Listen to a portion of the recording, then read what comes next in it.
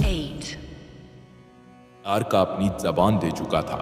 बलि प्रसन्न तो था, लेकिन उसके मन में अभी भी तारका को लेकर शंका थी।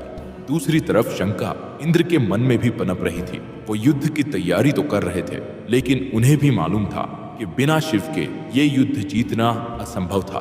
वो वार्तालाप करने के लिए ब्रह्मा के महल गए। ब्रह्मा को मेरा सादर प्रणाम। प्रणाम इंद्र। प्रभु, मुझे आपसे कुछ बात करनी थी। इंद्र, मुझे भी अगली पूर्णिमा तक तारका के सामने प्रकट होना होगा, नहीं तो अनर्थ हो जाएगा। कैसा अनर्थ प्रभु? उसके माता पिता को बलि ने बंदी बना लिया है। अगर मैंने उसे अगली पूर्णिमा तक वरदान नहीं दिया तो फिर वो उन्हें मार देगा। अभी के लिए तो तारका ने उसे रोक दिया है, लेकिन पूर्णिमा के बाद ना तो उसे तारका रोक पाएगा और ना ही वज्रंग। प्रभु, लेकिन मैंने तुम्हें पहले ही सचेत कर दिया था इंद्र। माना कि आपकी मजबूरी है, फिर हमें शिव को योग निद्रा से जगाना होगा। यही एक उपाय है। बात तो तुम ठीक कह रहे हो इंद्र। जाओ और उनको सचेत कर दो आने वाली मुसीबत के बारे में। जी प्रभु। वक्त किसी के लिए नहीं रुकता, चाहे वो देव हो या फिर साधारण मनुष्य। इंद्र ये जानते थे। वो वार्तालाप करने को कैलाश गए। इंतजार दूसरे छोर पर भी जारी था, ब्रह्मा के प्रकट होने का इंतजार। ओम ओम। तारका अपनी साधना में लीन था। देखते ही देखते वो वक्त आ गया जिसका सबको इंतजार था। पूर्णिमा की रात को बलि ने सबको महल में बुलाया। आज का दिन है सिपाहियों। अगर आज तारका सफल नहीं होता तो फिर वज्रंग और वज्रंगी को मौत के सिरहाने सुला दो। लेकिन प्रभु। क्या सेनापति? बोलो। प्रभु, आपने वादा किया था। वादा तो सिर्फ पूर्णिमा की रात तक का था सेनापति, और आज वो रात है जहां विजय और पराजय में फर्क किया जाएगा। अगर तारका आज भोर ढलने तक ब्रह्मा को प्रसन्न करने में असफल होता है तो वज्रंग और वज्रंगी सजा के पात्र बनते हैं। समय बीतता गया, भोर ढलने लगा। बलि बीतते हुए वक्त के साथ और क्रोधित होते चले गए। उन्होंने वज्रंग और वज्रंगी को अपने सभा में बुलाया। एक मूर्ख, तेरा नाकाम बेटा तेरी एक इच्छा भी पूरी नहीं कर सका। प्रभु, क्षमा प्रार्थी प्रभु। वज्रंग, मैंने तुमसे पहले ही कहा था, नाकामयाबी का परिणाम सिर्फ मृत्यु ही होता है वज्रंग। प्रभु, थोड़ा समय और दे दीजिए प्रभु। समय की पाबंदी खत्म हो चुकी थी। समय हो चुका था दंड और परिणाम का। पूर्णिमा का चांद समय समाप्ति की घोषणा कर चुका था। बलि ने वज्रंग को देखकर बोला, समय समाप्त। प्रभु, वचन वचन होता है वज्रंग, और वचन से मुकरने वाले किसी को वैसे भी जीने का कोई हक नहीं होता। प्रभु, लेकिन तैयार हो जाओ अपना दंड भुगतने के लिए। मेरे सामने अपना शीश झुकाओ और अपने आप को समर्पित कर दो। स्वीकार करो अपने अंत को वज्रंग। ये बोलकर बलि ने अपने तलवार को वज्रंग की गर्दन पर चलाया। अचानक से उसकी तलवार रुक गई। उसने गुस्से में चिल्लाया। उसने वापस कोशिश की, पर इस बार पूरे जोर से उसने अपनी तलवार को वज्रंग की गर्दन पर प्रहार किया। फिर एक बार वो तलवार वज्रंग की गर्दन को छू नहीं सका। ये क्या हो रहा है? पीछे से एक आवाज आई जिसमें गरिमा भी थी और साथ में फटकार भी। उसकी गहराई और उसकी दिव्यता को सुनकर सब उसकी तरफ मुड़े। रुक जाओ बलि। वो आवाज ब्रह्मा की थी, जो अपने हाथ में तारकासुर को लिए खड़े थे।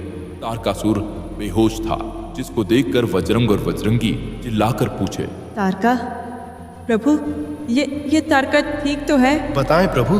प्रभु, तारका को कुछ हुआ तो नहीं? घबराने की कोई जरूरत नहीं। तारका की तपस्या सफल हुई। क्या? हाँ वज्रंग, तारका की तपस्या सफल हो गई। प्रभु, आपको कोटि कोटि प्रणाम प्रभु। और वरदान? मैं चलता हूँ वज्रंग, अब तुम्हें सब वज्रंग ही बताएगा। एक तेज रोशनी आई बिल्कुल वहां से जहां पर ब्रह्मा खड़े थे, और एक झटके में ब्रह्मा गायब हो गए। वो रोशनी इतनी तेज थी कि कोई भी उसकी तरफ देखने में समर्थ नहीं था। और जैसे ही वो रोशनी खत्म हुई, सबने तारका को जमीन पर पड़ा हुआ पाया। बलि तारका की तरफ गया। उसने अपने कमंडल से उस पर पानी छिड़का। तारका होश में आ गया।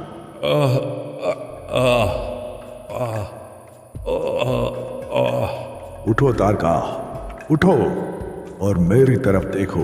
जैसे ही तारका ने बलि की ओर देखा, उसका चेहरा बदल गया। उसके चेहरे पर चिंता और डर छा गया। वो हाथ जोड़कर बलि की तरफ मुड़ा और बोला, मेरे माता पिता को बख्श दो। बलि, मेरे माता पिता को। इससे पहले कि वो अपना वाक्य पूरा कर पाता, वो फिर से बेहोश होकर जमीन पर गिर गया। बलि वज्रंग और वज्रंगी की तरफ मुड़ा और बोला, बहुत खूब, अविश्वसनीय। बजरंग, तुम्हारे बेटे ने असंभव को संभव कर दिया। इसको ले जाओ अपने घर और इसका ख्याल रखो। जब ये युद्ध करने के समर्थ हो जाए तब हम युद्ध करेंगे। जी प्रभु। इसे वरदान के बारे में जरूर पूछना। एक बार पता लगे तो मेरे महल आकर सभा में सबको बताना। सिपाही, जी महाराज। बजरंग, वज्रंगी और तारका, इन तीनों को ध्यान से उनके घर तक पहुंचा दो। इन्हें कोई आंच ना आए।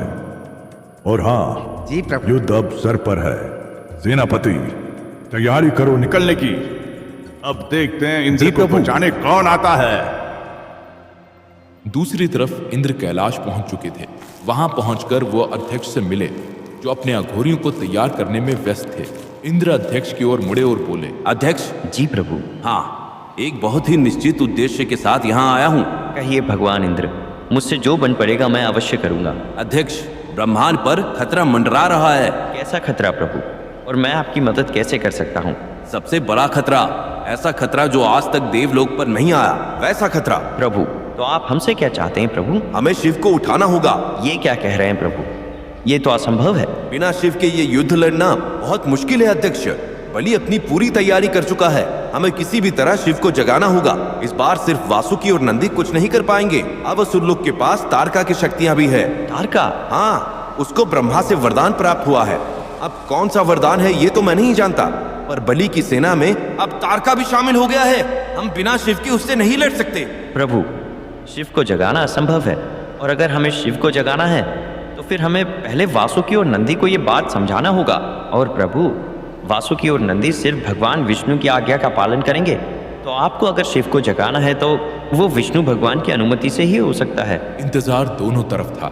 एक तरफ शिव के जागने का इंतजार और दूसरी तरफ बलि को वरदान के बारे में जानने का इंतजार। एक तरफ वज्रंग और तारका के ठीक होने का इंतजार, तो दूसरी तरफ इंद्र का विष्णु के लिए इंतजार जो आने वाले तूफान की तरफ इशारा कर रही थी। इंतजार जो इस नाजुक स्थिति में ब्रह्मांड को बचाए हुए थी।